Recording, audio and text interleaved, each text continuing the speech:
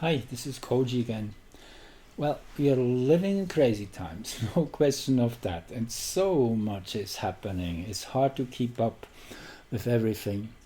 I guess one of the word normal, I just said it yesterday, we can pretty much cross that out of our dictionary.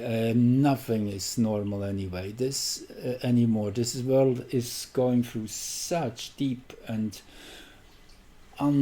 irreversible changes, which is good, which is really good. I guess we really deserve that. It's a little chaotic and it will be a little difficult for many people, particularly those who have not really woken up yet, as we say.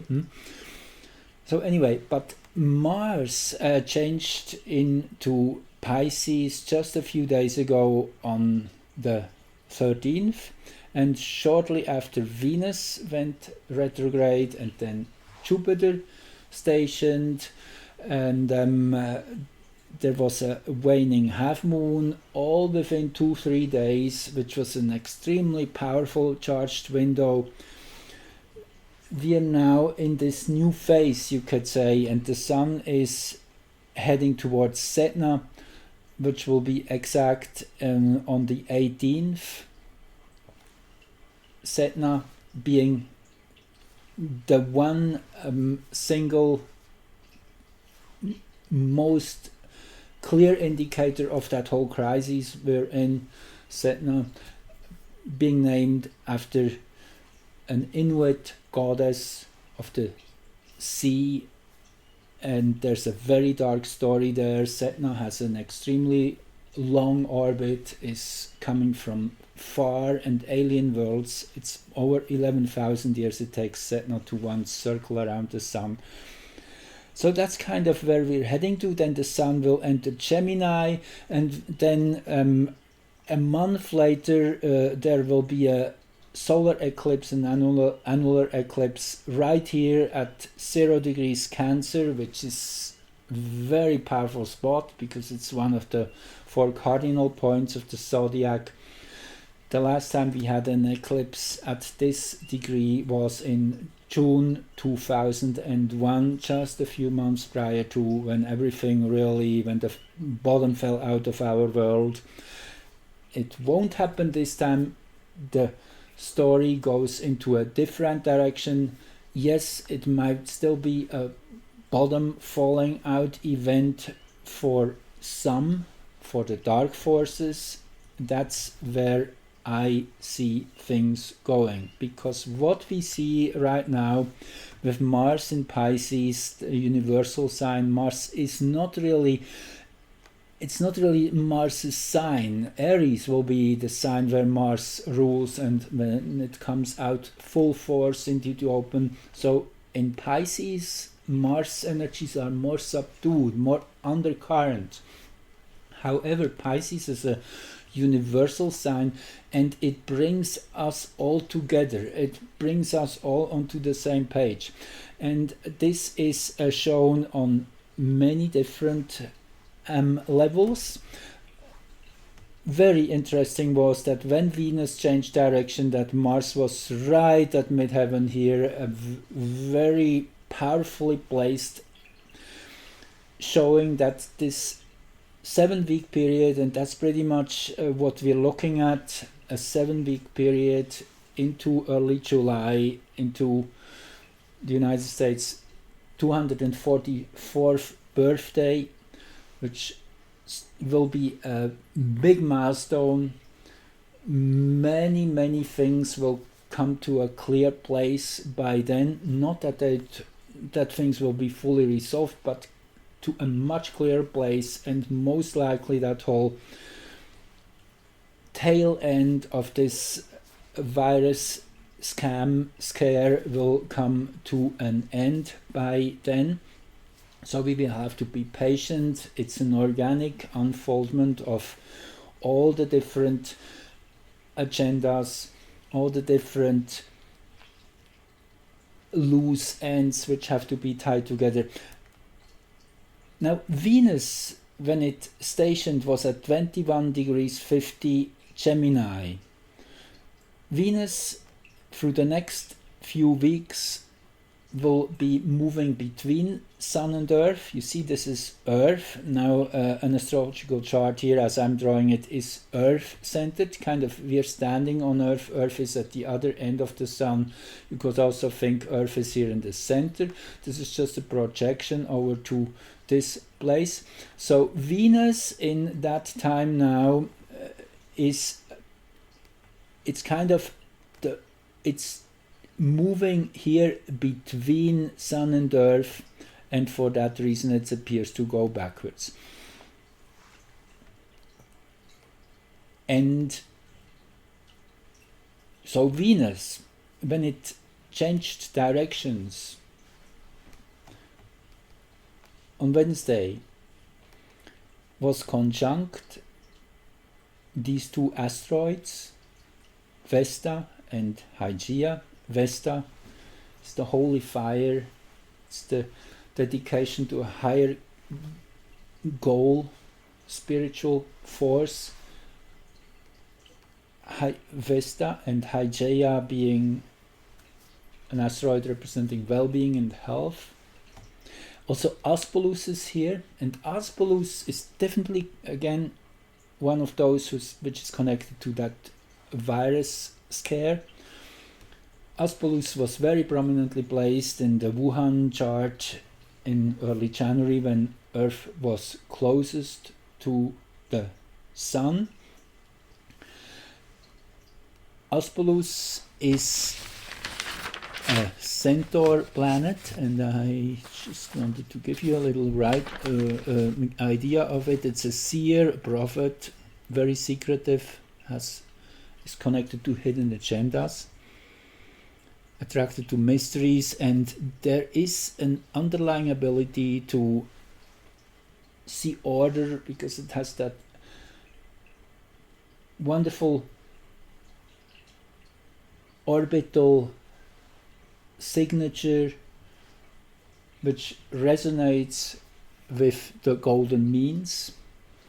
So there's some hidden order in it once we have pierced through the topmost layers, and it seems really that this whole virus thing is a cosmic setup, a cosmic plan for us to awaken, to come together, to unite, and see through all the deceptions which we have been exposed to, which have come to a real high point in these last few months, as these dark forces just are in absolute panic mode. They do everything to prevent Donald Trump from winning the second election, which I guess really will become even more obvious.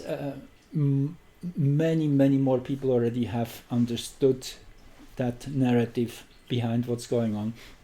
So what was interesting, aside from this big conjunction, which means there's lots of support this Venus gets to get through that critical 7-week phase into the end of June.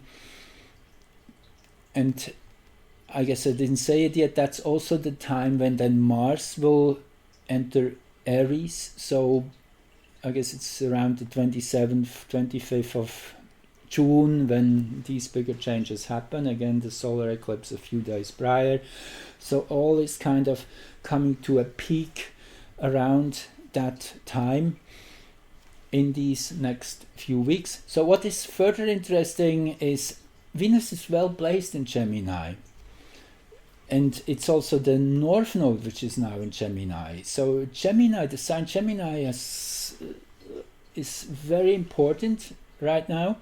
And the Sun will also change into Gemini short after it has met up with Sedna, which will be around the 18th of May, which probably will be really the crescendo of this present period, when there will be lots of strain and difficulty and push, and also the black moon will be very prominent, because the moon will then be aligning with the black moon. I show you this here quickly. I have this chart here. That's the 18th of May. That's next Monday.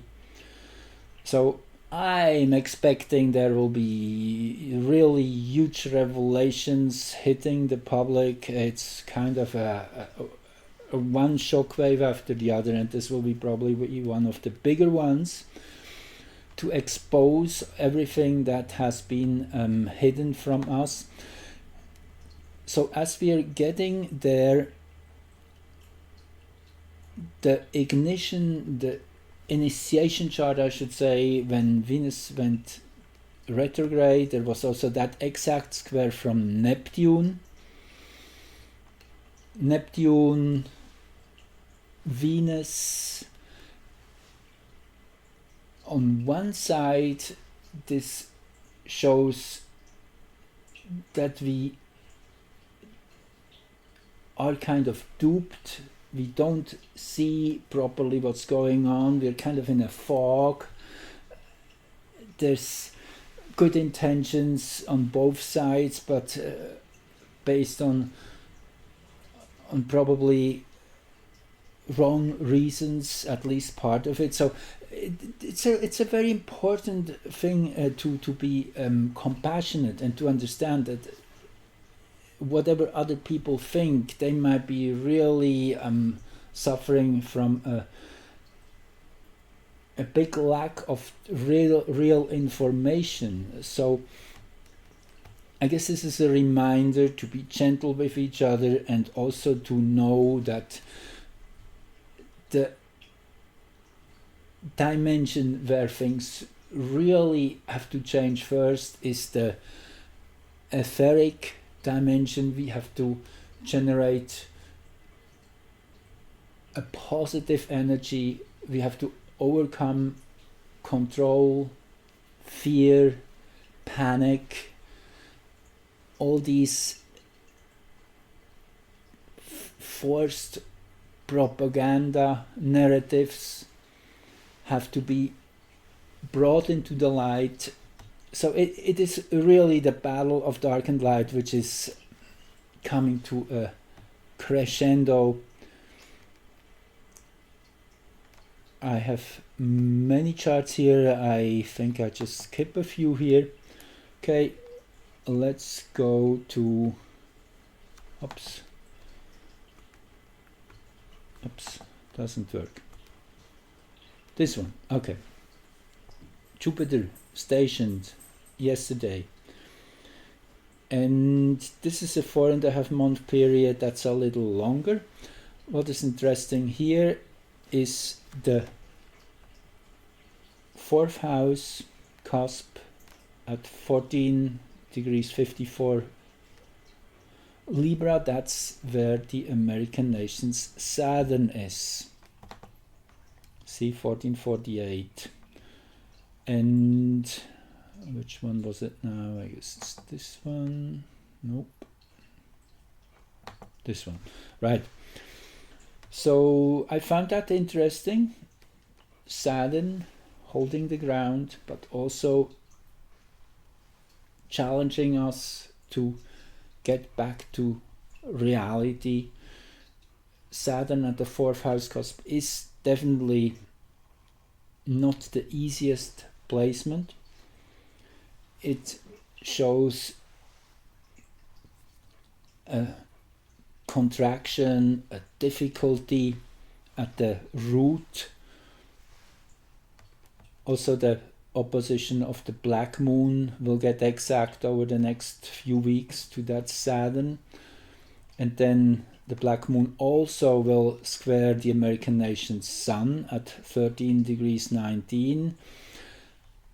So as the black moon, which moves about 1 degree in 9 days, so you can already calculate that's around 25 of May, we will probably see quite a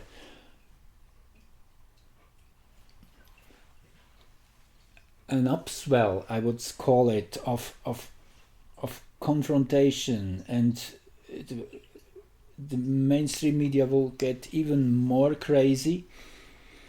And all of this has also to do with this Ischion South Node conjunction. The South Node always is bringing up unresolved stuff from the past, which we have to work through and transform. Ischion having to do with crimes against humanity, with breach of trust, which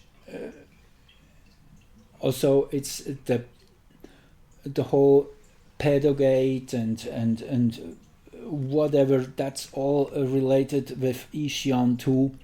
And Ischion moves in step with the South Node here till early July when it will have another exact hit. So this is a theme which is going on, which will be with us for a while, in step getting more into the light. Okay, let me see what else I wanted to share with you. Right, that's the Sedna conjunction of the Sun on the 18th. And you see this is the Greenwich chart, has the 0 degree Cancer rising. That's where the solar eclipse will happen. So see, that's how it works in astrology. It's all related. You can't just look at one chart. It's always, they are like fitting into each other like a web. We call that that certain degrees get charged up and then get activated. So we could say that here this degree is getting charged up with the Sun and Sedna's conjunction. Sedna, again, that alien energy coming in from outer space, 11,000 years plus, taking around the Sun, a deep space traveler, also related to all kinds of dark themes, abuse, neglect, illness and suffering. So Sedna has been really prominent in that whole COVID-19 scenario. I showed that quite in many charts if you have followed me.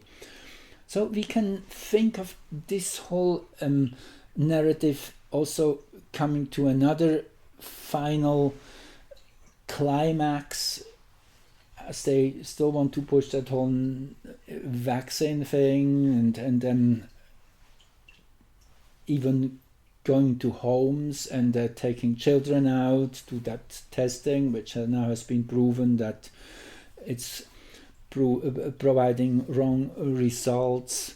So it's a big fight which is going on right now.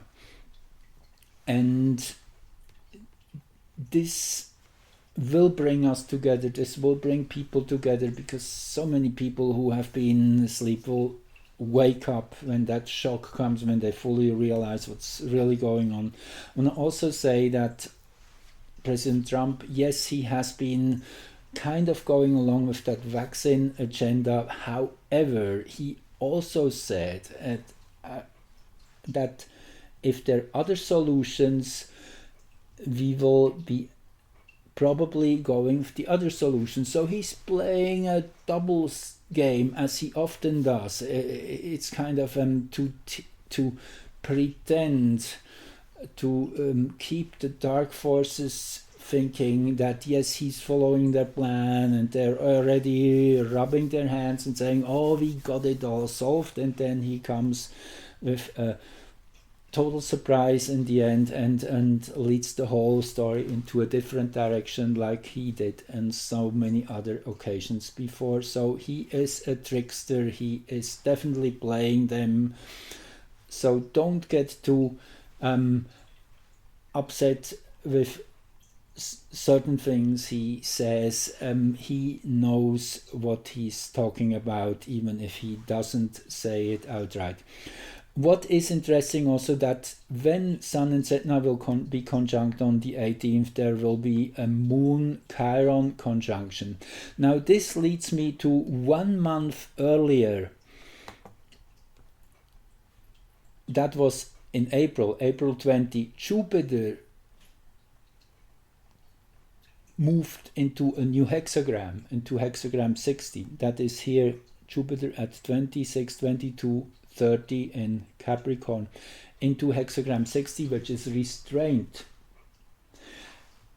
Jupiter before, for many months, was in hexagram 61, which is inner truth, where it joined Pluto, where Saturn was for a long time too, which ignited and really fueled that search for truth, to dig for the real causes behind everything, and particularly with Saturn and Pluto having had their important conjunction in that hexagram.